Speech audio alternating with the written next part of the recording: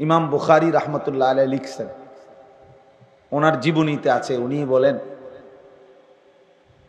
ক্ষুধার কষ্টে ইলম অর্জনের জন্য আমি এত লম্বা পথ সফর করছি, এত দূর দূরান্তে গেছি যে বহু সময় ক্ষুধার কষ্টে আমাকে ঘাস চাবাইয়া খাইতে হয়েছে। একবার স্পষ্ট কিতাবে আছে, বহু সময় আমি ঘাস চাবাইয়া খাইছি, কোনো খাবারের ব্যবস্থা ছিল না। হযরত আবু হুরায়রা রাদিয়াল্লাহু তাআলা আনহু সাহাবীদের মধ্যে সবচেয়ে বেশি হাদিস বর্ণনাকারী। উনি বলেন, এই বিপুল পরিমাণ হাদিস নবীজির থেকে সংগ্রহ করতে গিয়ে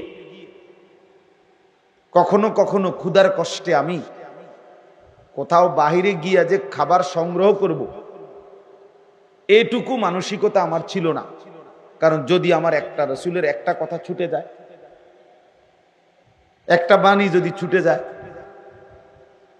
তো এই জন্য উনি বলেন যে আমি কখনো কখনো মসজিদে নববীর বারান্দায়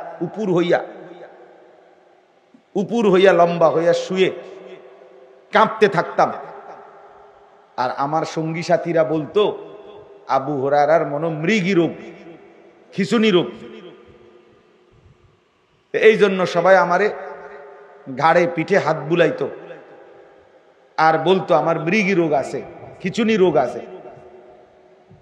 কিতাবে আমরা নিজে পড়ছি, হযরত আবু হুরায়রা রাদিয়াল্লাহু তাআলা আনহু বলতেন, এই অবস্থায় আল্লাহি মা বি ইল্লাল জু', সাহাবীদেরকে অন্যান্যদেরকে বলতেন, আল্লাহর কসম বন্ধুরা, আমার খিঁচুনি রোগ না, মৃগী রোগ না, আমি এমন কাঁপতেছি আল জু', ক্ষুধার কষ্ট, পেটের ভোকে। কিন্তু এরপরেও রাসূলুল্লাহ সাল্লাল্লাহু আলাইহি ওয়াসাল্লামের দরবার থেকে যায় নাই। বিনিময়ে আজকে তিনি সবচেয়ে বেশি হাদিস বর্ণনা করেন। এটা চারটিখানি বিষয় না। এই জন্য সবার জন্য, আপনাদের জন্য বলি, আল্লাহর কথা সর্বোচ্চ আন্তরিকতা নিয়ে শুনতে হয়, তাহলে কিছু অর্জন হয়।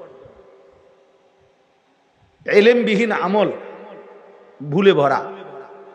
হাসরের ময়দানে গিয়ে দেখবেন কোনটার কান নাই, কোনটার হাত নাই, কোনটার পাও নাই, কোড়ি ভাঙ্গা, ঠ্যাং ভাঙ্গা, মাথা ভাঙ্গা। তার মানে আমল তো করছেন, আপনি তো মনে করছেন আপনি 5 ওয়াক্ত নামাজ পড়ছেন, কিন্তু কোনটার রুকু হয় নাই, কোনটার সেজদা হয় নাই, কোনটার ওযু ঠিক মতো হয় নাই, ফলে যথাযথ নেকি অর্জন হয় নাই, অর্জন হয় নাই। এই জন্য ইলম জরুরি, ইলম জরুরি। আল্লাহ পাক রব্বুল আলামিন সর্বপ্রথম ইলমের কথা বলছেন, ফা'লাম আন্নাহু লা ইলাহা ইল্লাহু, এই কথার ইলম অর্জন করো যে আল্লাহ ছাড়া আর কোনো ইলাহ নাই। তার মানে কালেমায়ে তাওহীদের জন্য, ঈমানের জন্য ইলম জরুরি, ইবাদতের জন্য ইলম জরুরি। আমি কি বিষয়ের ঈমান অর্জন করব, আর আমার ঈমান কি বিষয়ে ক্ষতিগ্রস্ত হবে, এটার জন্য আমার ইলম লাগবে। আবার আমি কি আমল করব, কি আমল ছাড়ব, এটার জন্য আমার কি লাগবে, ইলম লাগবে, ইলম লাগবে।